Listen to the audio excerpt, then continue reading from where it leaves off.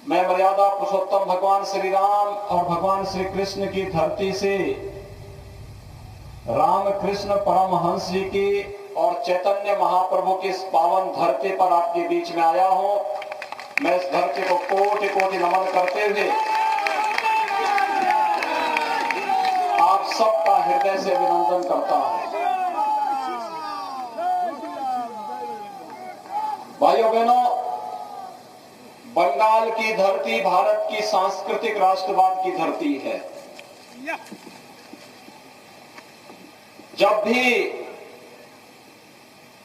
भारत किसी चुनौती से घिरा है, बंगाल भारत को उस कालखंड में मार्गदर्शन देने के लिए उपस्थित रहा है। याद करिए, कभी चैतन्य महाप्रभु ने इस पूरे क्षेत्र में अपनी भक्ति से सनातन धर्म को जीवित रखने का कार्य किया था, और कभी रामकृष्ण परमहंस ने अपनी साधना से बंगाल की धरती को एक नई ऊंचाइयां दी।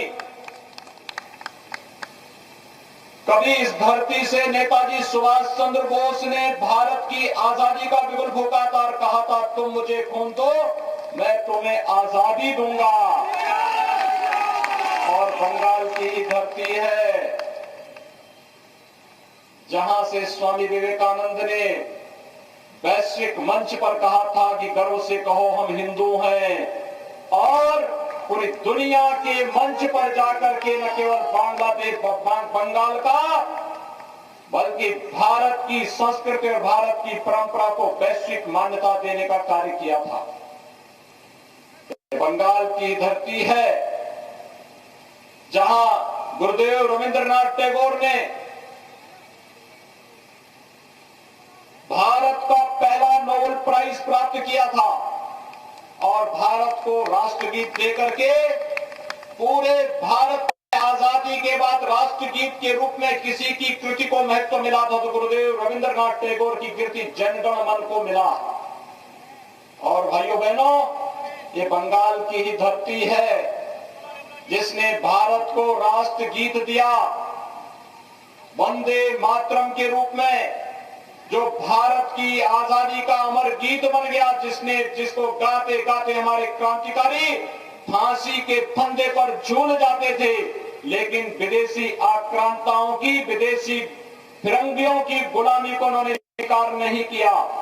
ये बंगाल की धरती है जहां से नेताजी सुभाष चंद्र बोस ने और डॉक्टर श्यामा प्रसाद मुखर्जी ने भारत की आजादी के बिगुल को एक नई ऊंचाइयां दी थी।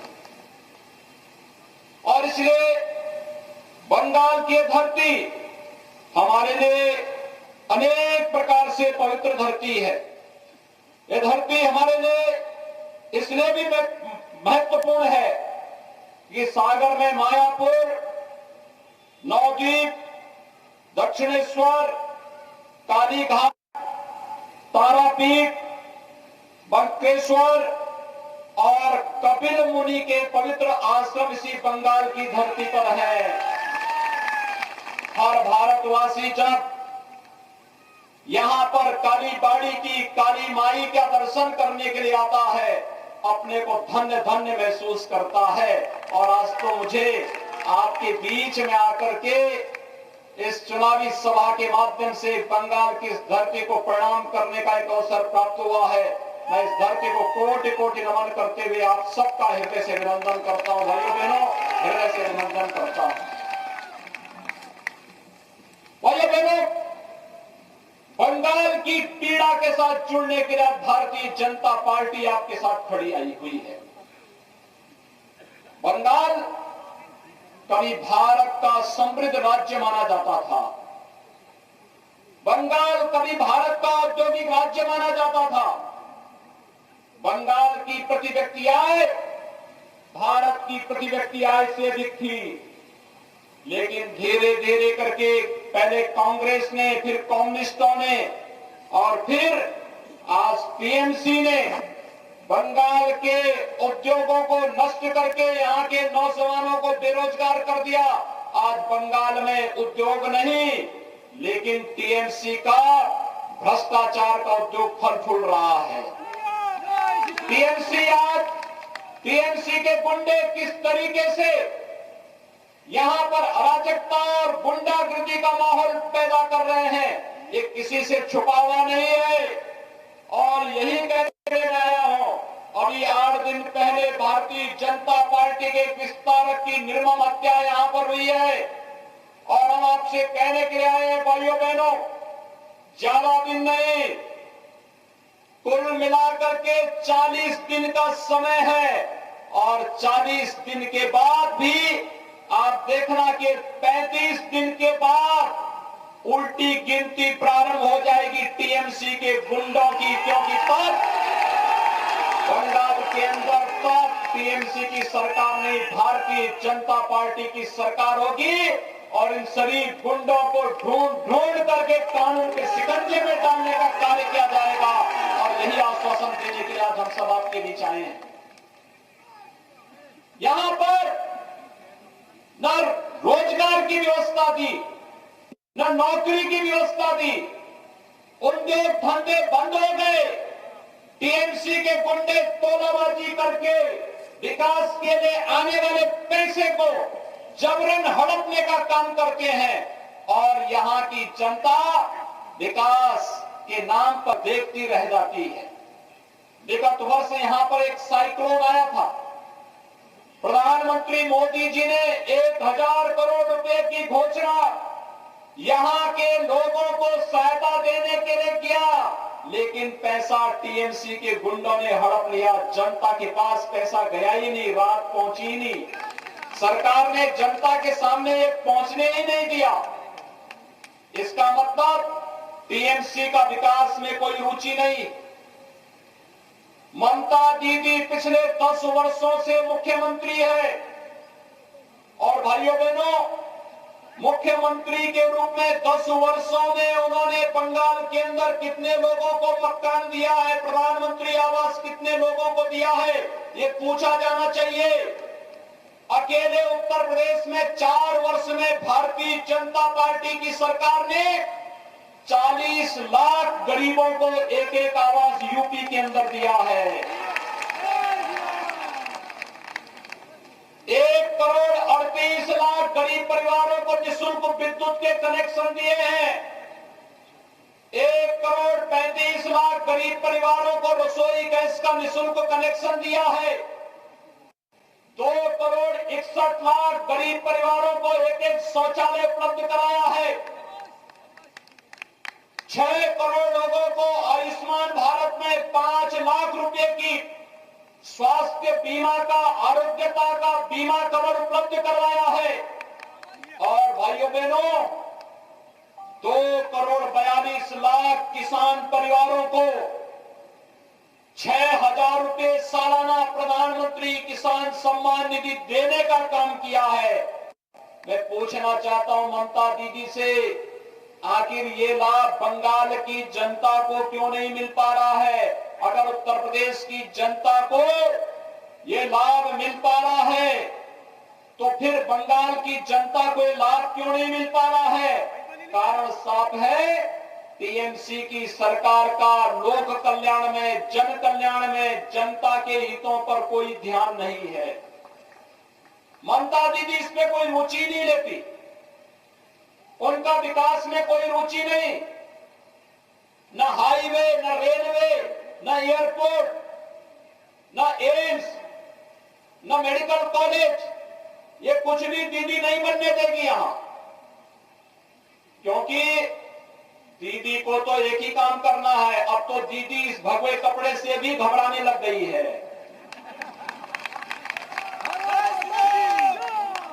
ममता दीदी को मालूम होना चाहिए ये भगवा भारतीय संस्कृति का प्रतीक है।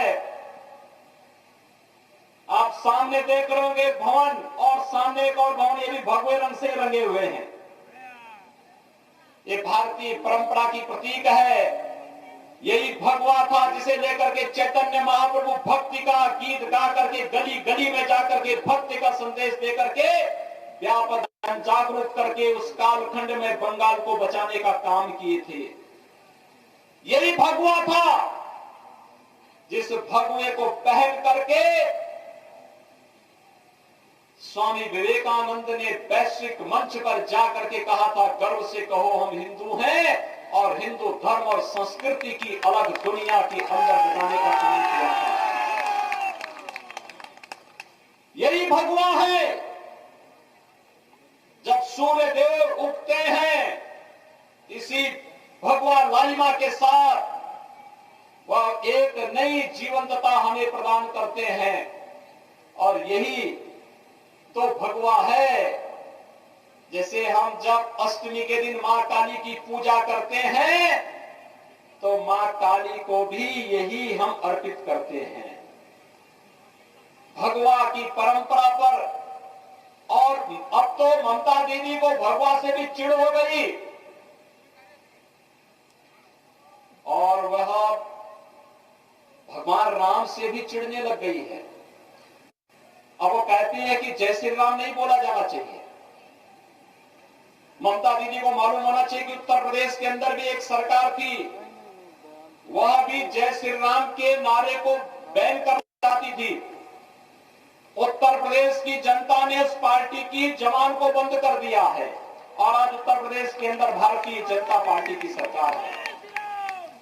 जब भी श्री राम के जय जयकार करने पे कोई सरकार रोक लगाएगी, तो जनता भाजपा को फिर सत्ता में लेकर के आएगी। और यही तो हम कहने के लिए आए हैं। बंगाल के अंदर हर एक ओर से एक ही आवाज आ रही है, और वह आवाज है कि भाजपा भाजपा भाजपा। मोदी जी के नेतृत्व में आज पूरा भारत एक भारत श्रेष्ठ भारत की परिकल्पना को साकार कर रहा है। आखिर इसी बंगाल की धरती पर तो डॉक्टर श्यामा प्रसाद मुखर्जी जी का जन्म हुआ था, और डॉक्टर श्यामा प्रसाद मुखर्जी ने इसी बंगाल की धरती से एक नारा दिया था, और वह नारा दिया था, एक देश में दो प्रधान, दो निशान, दो विधान नहीं चलेंगे। जब जम्मू कश्मीर के अंदर कांग्रेस की कुटिल नीति के कारण भारत के संविधान में धारा 370 जोड़ने की कुत्सित चेष्टा हुई थी, उसके खिलाफ किसी ने आवाज उठाई थी, तो बंगाल की धरती पर पैदा हुए महान सपूत डॉक्टर श्यामा प्रसाद मुखर्जी ने उसके खिलाफ आवाज उठाई थी। और भाइयों बहनों, डॉक्टर मुखर्जी के उस सपने को साकार करने का काम किया है प्रधानमंत्री मोदी जी ने और गृह मंत्री अमित शाह जी ने, जिन्होंने कश्मीर में धारा 370 समाप्त करके आज जम्मू कश्मीर के अंदर एक व्यवस्था बना दी है कि अगर 24 परगना क्षेत्र के नौजवान भी जम्मू कश्मीर में जमीन खरीदना चाहेंगे, तो उनको वहां पर इसकी पूरी स्वतंत्रता होगी, कोई उसे रोक नहीं सकता है। भाइयों बहनों, आज देश के अंदर आतंकवाद के खिलाफ लड़ाई कैसे लड़ी जानी चाहिए, ये लड़ाई को लड़ने का कार्य प्रधानमंत्री मोदी जी के नेतृत्व में देश लड़ रहा है।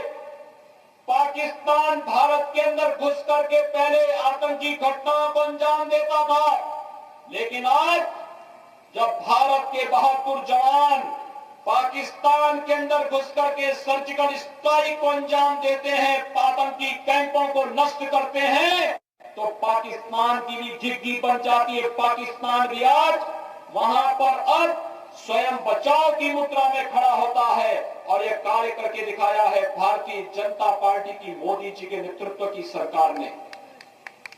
जब दोनों सरकारें एक होती हैं, केंद्र की सरकार और प्रदेश की सरकार, तो डबल इंजन का काम करती है। डबल इंजन, ये डबल इंजन, केंद्र में मोदी जी और बंगाल में भी बीजेपी, ये जब दोनों एक साथ चलेंगे तो बंगाल के अंदर विकास चलेगा, नौजवानों को रोजगार और नौकरी मिलेगी, किसानों को किसान सम्मान निधि मिलेगा, माताओं और बहनों को भी सम्मान मिलेगा, मकान मिलेगा, आवास मिलेगा, जन सुविधाओं का लाभ मिलेगा, गरीबों को राशन मिलेगा, मछुआरों को प्रधानमंत्री किसान सम्मान निधि की तर्ज पर एक सम्मान निधि देने का कार्य होगा। और सागर के तटवर्ती क्षेत्रों में रहने वाले लोगों को उनकी बुनियादी सुविधाओं का लाभ मिल करके उनकी आजीविका को सुरक्षित करने का कार्य होगा। और यही तो भारतीय जनता पार्टी आप सबसे कहने के लिए आई है। ये ममता दीदी नहीं करेगी। लोक कल्याण में, जन कल्याण में, विकास में उनकी रुचि नहीं है।